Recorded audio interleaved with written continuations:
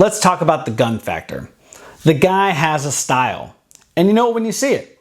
His movies are known for a unique mix of heart, humor, and a real love for all things weird. He takes forgotten C-list characters and makes them household names. But that exact formula is what Batman fans are so on edge about. Batman isn't some obscure character. He's arguably the most famous superhero on the planet. His entire brand is built on darkness. The fear is that Gunn will inject a kind of humor and lightness that just feels wrong for the Caped Crusader.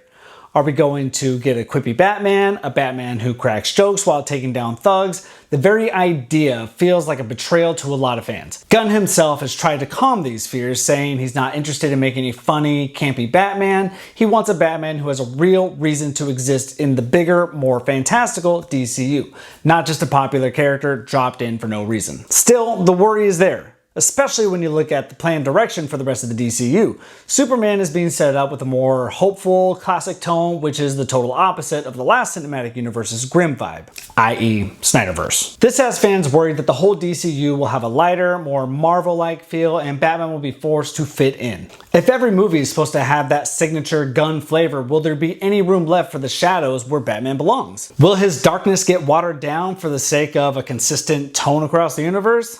That's the big question, and the answer could change how we see Batman for years to come. If people were just worried about Gunn's style, the announcement of Damian Wayne was like throwing gasoline on the fire.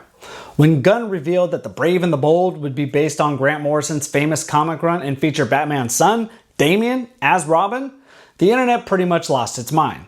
For anyone who doesn't know, Damian Wayne is not your typical Robin. He's the biological son of Bruce Wayne and Talia al Ghul. And he was raised by the League of Assassins to be a perfect killer. When he gets dropped into Batman's life at around 10 years old, he's a violent, arrogant kid who thinks murder is a pretty good solution to most problems. He is, as Gunn himself called him, a little son of a bitch and his favorite Robin. This is what makes him such a great character in the comics. It's the story of a father trying to save his son to teach a boy raised as a weapon how to be a hero.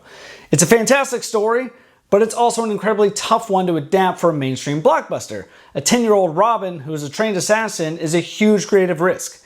It skips right over more traditional and beloved Robins like Dick Grayson or Tim Drake and dives straight into the deep end of the Batman mythos. This decision immediately tells us that Gunn's Batman won't be a loner. He'll be a father, struggling with a ridiculously difficult child.